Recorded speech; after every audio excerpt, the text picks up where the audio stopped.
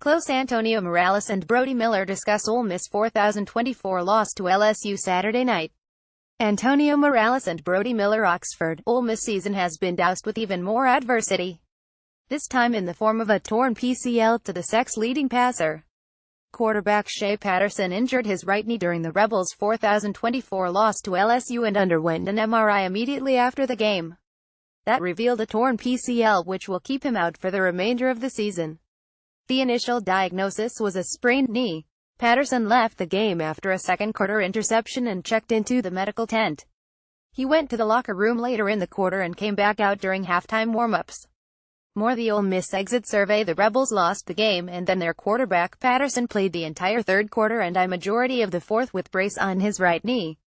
He didn't look like himself, walked with a considerable limp and was slow to get up after LSU's Arden Key sacked him in the fourth. We felt like he gave us the best chance to win, Matt Luke said. We were told he wasn't going to further damage it, so that's what we went with. Patterson was one of the top passers in the country and ranked 12th nationally among FBS quarterbacks with 2,259 passing yards.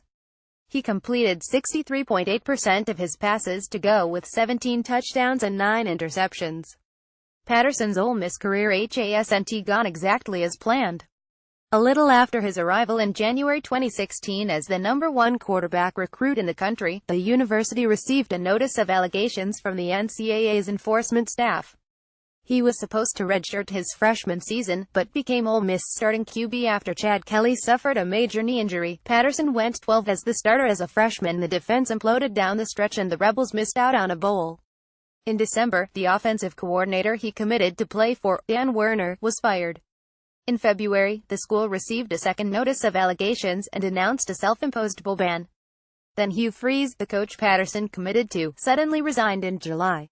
So it's been a pretty bumpy road for Patterson, a former five-star prospect, in such a short time. With Patterson done for the remainder of the season, what's next for Ole Miss at quarterback? Jordan Ta'amu, a JUCO transfer from New Mexico Military Institute, filled in when Patterson didn't play in the second and fourth quarters Saturday and has served as the backup all season. More. Ole Miss offense doesn't make all the plays it needed to hang with low against LSU. He completed 7 of his 11 passes for 78 yards and rushed for 20 while he led 2 scoring drives. They're very similar quarterbacks.